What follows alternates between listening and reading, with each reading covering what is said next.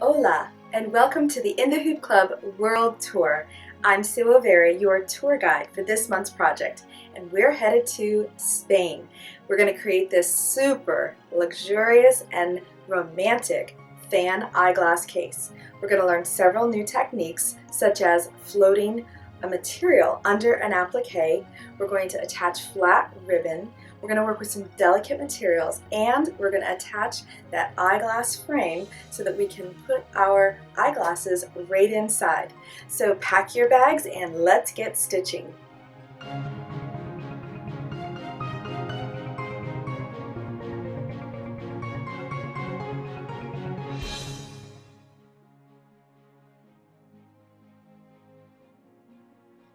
First thing in your materials you're going to need is some tearaway stabilizer. You're going to need enough for 2 hoopings.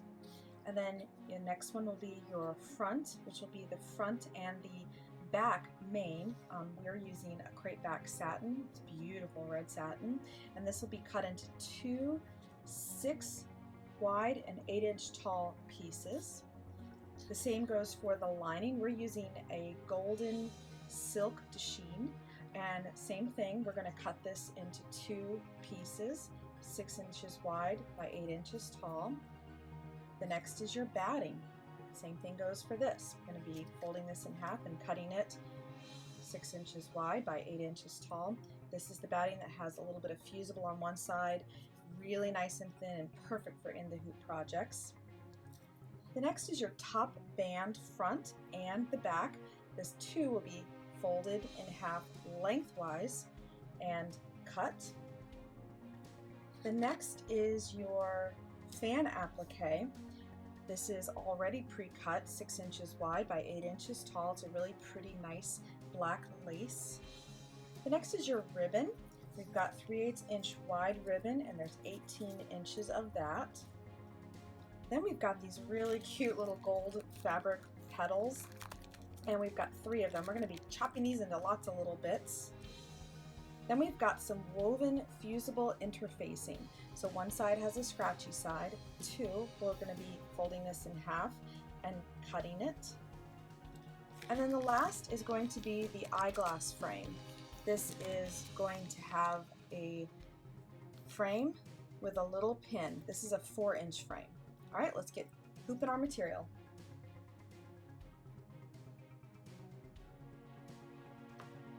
Okay, we've already gone ahead and cut our top band and our top band interfacing so that we have 2 separate pieces, 5 inches wide by 2.5 inches tall, and then 3 inches wide by 2.5 inches tall. Let's go ahead and put the interfacing out of the way for now, and we're going to place the top bands so that the wrong side is facing up. And we're going to use this really cool little hemmer. It's called Perfect Press Hot Hemmer, and we're going to find 3/4 of an inch. So right here is 3/4 of an inch, right there, and we're going to fold up each side and press that to 3/4 of an inch.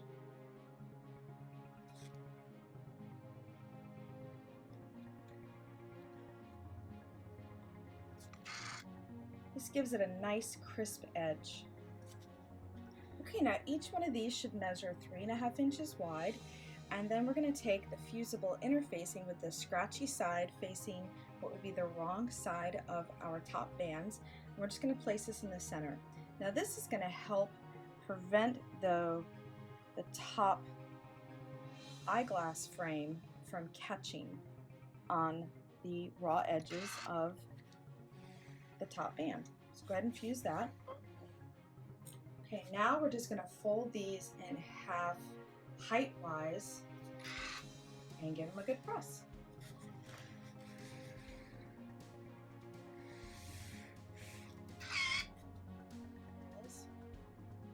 When you're working with a silky material like this crepe back satin, it's a good idea to work with as large of a piece as possible, and that's what we're doing with the front and the back. We're keeping it as large as possible until we're done with the next step, which is to press the fusible batting to the wrong side of the front and back.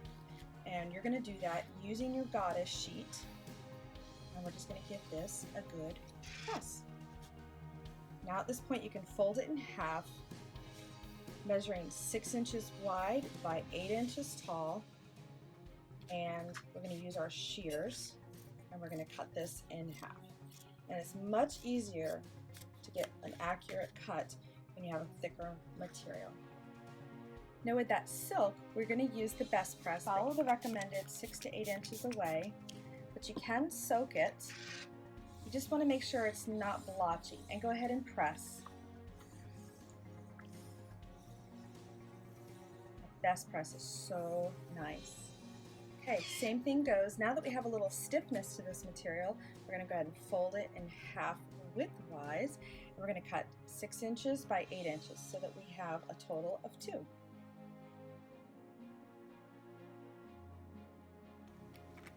Go ahead and wind a matching bobbin with your thread, and this is going to be for the construction, so in this case we're using red.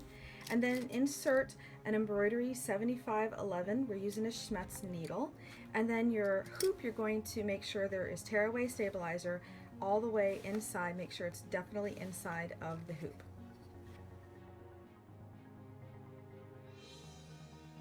There are 2 hoopings to this project, and it's going to be, first we're going to do the back, and then we're going to do the front, which is going to actually construct the entire thing. So to stitch the back, what we're going to do is, with our hoop, with the top of the hoop facing up, we're going to place one piece of that red satin with the batting on the back side inside the hoop, centered in the width and the height. Let's go ahead and insert this in the machine, and so stitch number 1. I'll see you right back here. Okay, great job. Now you're going to notice that there are a couple of notches. There's a notch right here, and there's a notch right there. What those notches are for is for us to align the top band. So we're going to place a ruler and align those notches. And what's kind of cool is this little 6-inch ruler, or I guess it's a 6.5-inch ruler, it just fits right inside here in the hoop. And we're just going to align it with those notches. We're not going to actually mark anything, we're just lining up those notches. Next thing we're going to do is we're going to take our band, and we're going to have the fold facing down toward the ruler. We're going to place that right along there, and we're going to tape it in place with clear tape.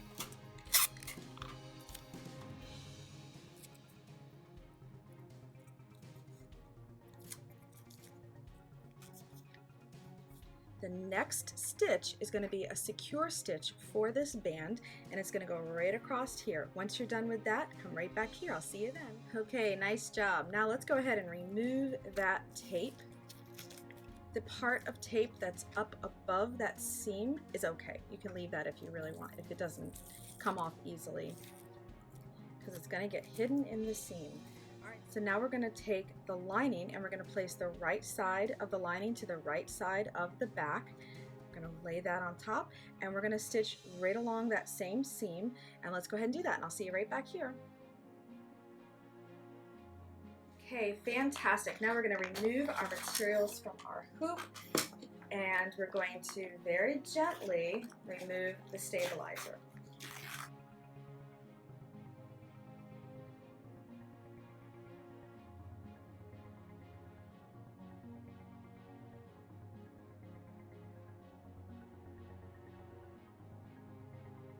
Now, like all seams, this seam is finished. We want to press it flat.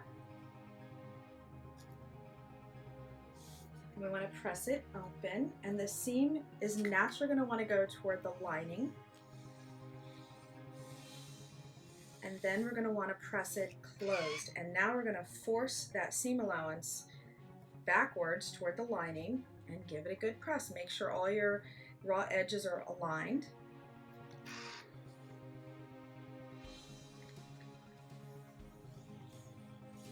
You can even press the lining side if you'd like.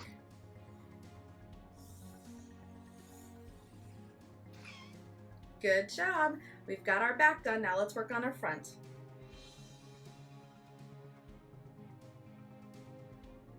Now we're going to start stitching the front of our eyeglass case, and that means lots of fun stuff, applique and adding ribbon and our little flower petals. So let's go ahead and start by changing the thread. We're going to use black thread in the top, We're going to use a pre-wound or a 60 weight white thread in the bobbin. And then the next design is going to be the front. So we're going to rehoop our stabilizer with a new piece of tearaway, and we're going to place the other piece, which is now the front, outside, and it also has the batting on it. What you're going to do is insert the hoop in the machine. You're going to stitch that exact same positioning stitch that has the little hashtags. Then I want you to go to stitch number 2 and stitch what would be the positioning stitch for the applique. Once you're done with that, I'll see you right back here.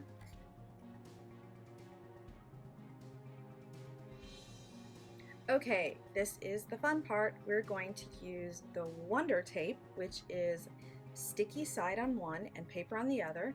We're going to place this along each of these lines, and then we're going to align it with the ribbon. So let's get started.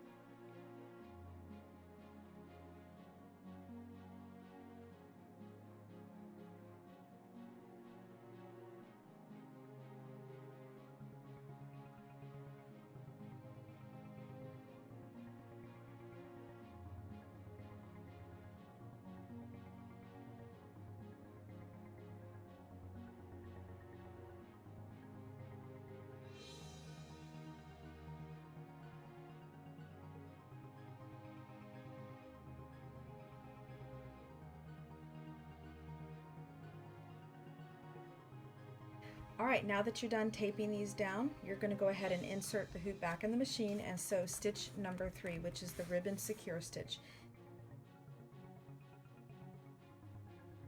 Now it's time to add the flower petals. For this, it's entirely up to you. Just keep in mind that the fan area is right here. These are the fan stems, and then this is the open area. So the petals really need to be within this area. What I did was I just cut them into kind of like rounded, random shapes and then placed them inside there using my Quilter's Choice glue and a Q-tip. So that's what I'm going to do.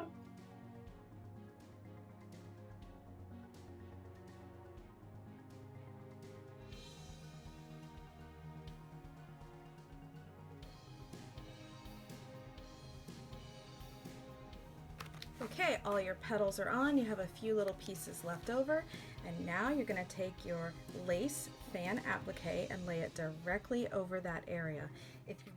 All right, I went ahead and added clear tape around the outside edges. Now let's insert the hoop into the machine and sew stitch number 4, which is the applique secure stitch. It's going to sew right around here. When you're done, come right back here. See you then. Okay, great job. We've got that applique secure stitch, and now we're going to use our duckbill applique scissors, and we're going to cut around that stitching as close as you can without cutting the stitching. All right, I'll see you at the other end.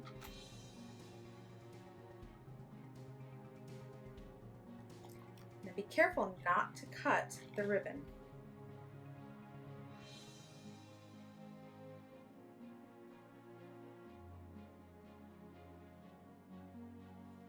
All right, the next stitch sequence is going to be stippling to cover the entire fan, but just to make sure that we don't accidentally get that presser foot caught in any of the ribbon, let's just go ahead and put a piece of tape right there.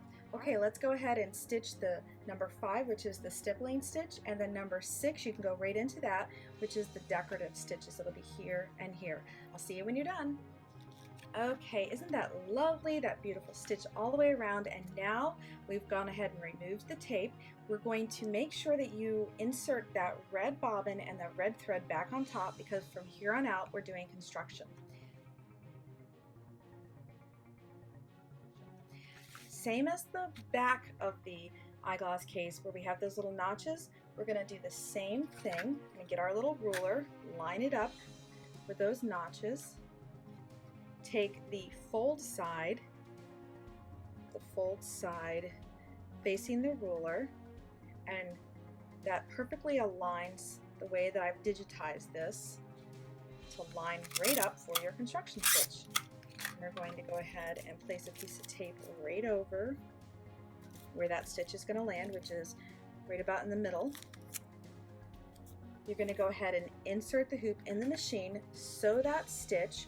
Once you're finished with that, then you're going to lay the lining on it, and sew the next stitch. And once you're finished with all that, I'll see you right back here. Okay, you've got your top seam already done, and inside you'll notice that you've got your band. Now this is the tricky part. This is the part where we're going to attach the back of our eyeglass case to the front of our eyeglass case. And really, it's not that difficult. It's just all about placement. So what our goal is, we're going to do is land these seams right here that we created earlier and line them up with the seams that we have for the front.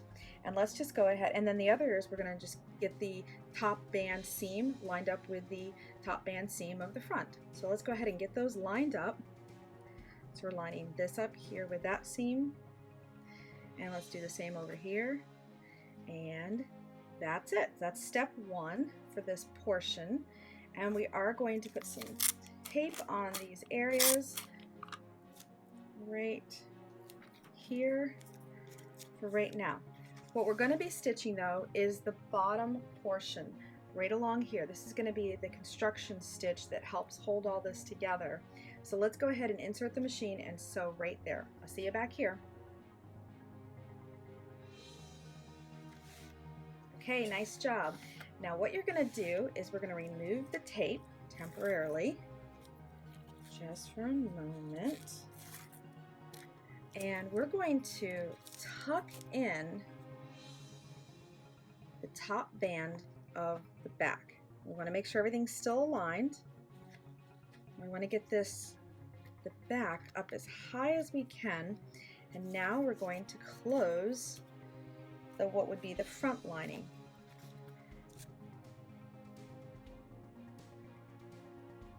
Our final stitch will be in two parts. We'll be stitching, let's put some tape up here too. We'll be stitching along the right hand side and over a little, and then along the left hand side and over a little. But I've designed it so that we're going to start stitching here, go up, and then come back down, and then same over on the left side. Here, go up, and come back down. The reason why is because of that bulk right there. We don't want the machine to get caught up. Now some machines have the ability to raise your presser foot height while you're embroidering. If you have that ability, raise it to about 3.5 millimeters.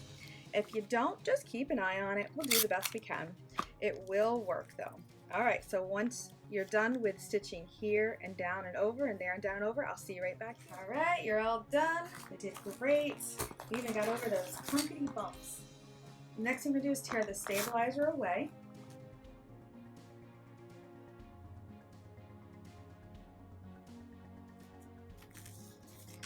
Okay, and you're going to miter the four corners and leave about a 1/4 of an inch to a 1/2 an inch all the way around.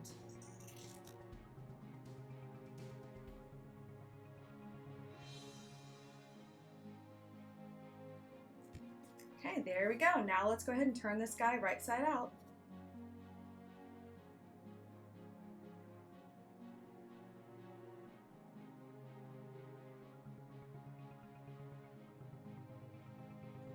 Okay, and now it's time to hand sew the lining shut.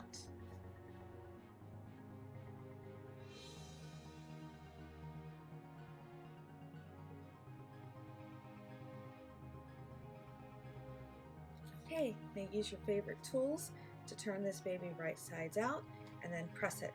See you right back here when you're done. Okay, looks good. Now let's go ahead and insert our eyeglass frame into the top of our eyeglass case.